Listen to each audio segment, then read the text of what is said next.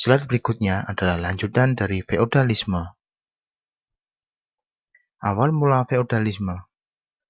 Feodalisme adalah suatu sistem pemerintahan desentralisasi yang didasarkan pada peminjaman tanah dari seorang raja kepada vasal melalui sistem kontrak dan dilakukan dengan upacara setia. Sistem ini mulai berlaku secara umum di Eropa sejak Karel Agung dan melembaga dalam konstitusi. Vasal terdiri dari gerejawan, militer, pegawai kerajaan, dan bangsawan atau kerabat raja. Antara vasal dengan pusat terjadi hubungan timbal balik. Wajib melindungi vasal jika dalam keadaan bahaya. Penyelenggaraan pemerintahan. Dalam pemerintahan vasal, vasal juga mengangkat pejabat daerah. Pejabat daerah yang diangkat oleh vasal disebut baron. Rakyat yang berada di daerah baron, hidup matinya tergantung oleh baron.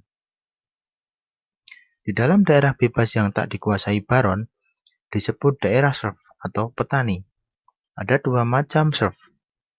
1. Petani merdeka menggarap sawahnya sendiri. 2. Petani setengah merdeka menggarap sawah orang lain. Orang yang bekerja di daerah baron disebut budak. Mereka tidak hanya berperan sebagai tenaga kerja, tetapi juga berperan sebagai pengganti binatang. Puncak feodalisme, budak berperan sebagai barang dagangan atau barang bingkisan. Latar belakang terjadinya feodalisme. Sejak ibu kota Imperium Romawi pindah ke Konstantinopel, Romawi Barat melemah.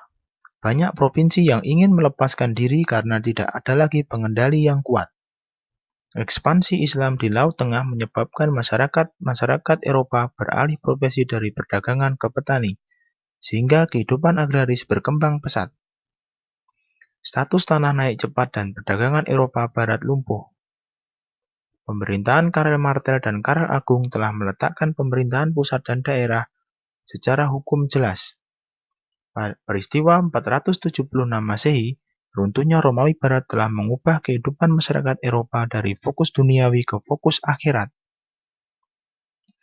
Dengan latar belakang tersebut, oleh Karel Agung dikembangkan kehidupan feodalisme menjadi kuat antara tahun 6 sampai 12.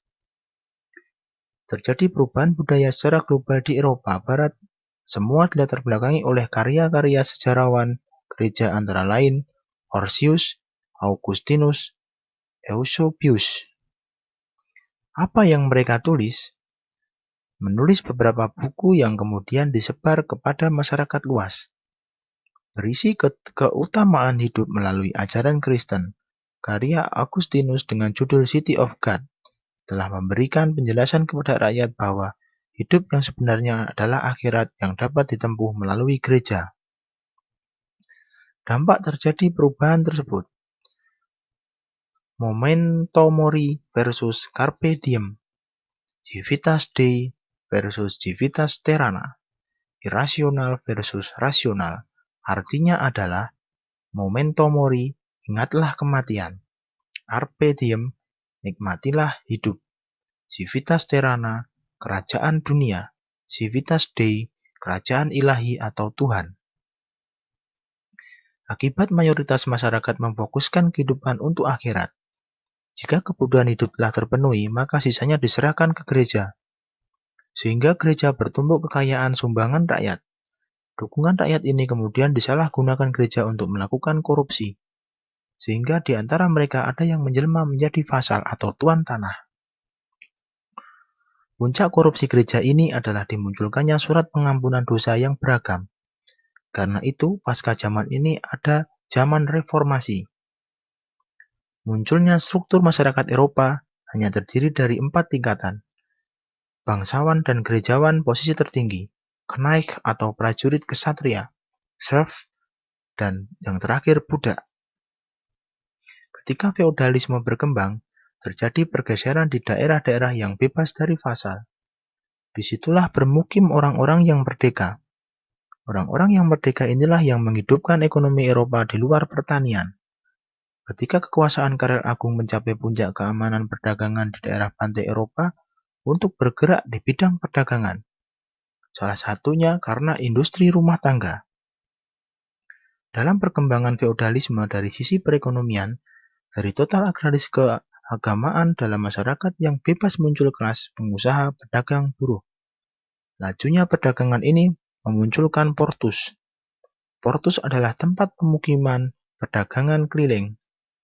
Portus ini merupakan cikal bakal kota Eropa, sehingga kota-kota yang ada sekarang ini merupakan portus yang ada dimunculkan oleh para pedagang, baik pedalaman maupun di pantai.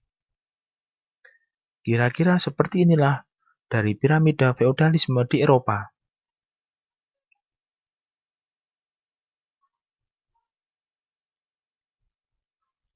Puncak feodalisme. 1. Perubahan sistem feodalisme. 2. Perubahan struktur masyarakat pada masa puncak telah berubah. 3. Berkembangnya portus dan gilda. 4. Adanya perang feodal. 1. Perubahan sistem feodalisme. Semula berdasarkan kontrak melalui upacara sumpah setia atau homek, maka ini kini telah berubah menjadi milik abadi dan turun-temurun, sehingga mereka merasa sebagai raja kecil yang berani menentang pemerintah pusat. Hal ini sejalan dengan melemahnya pemerintah pusat. 2. Perubahan struktur masyarakat pada masa puncak telah berubah. Kelas utama vasal karena bangsawan sudah tidak lagi memiliki kekuatan dan legitimasi dari rakyat. Militer, kelompok elit digeser oleh militer karena kelompok ini dibutuhkan oleh vasal. Kelompok industri, pengusaha, pedagang, pengrajin merupakan penentu perekonomian. Petani, buruh, dan budak adalah yang terakhir. Berkembangnya portus dan gilda.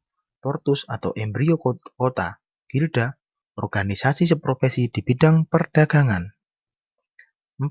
Adanya perang feodal. Peperangan antara kelompok feodal antara satu vasal dengan vasal yang lain dalam memperebutkan wilayah.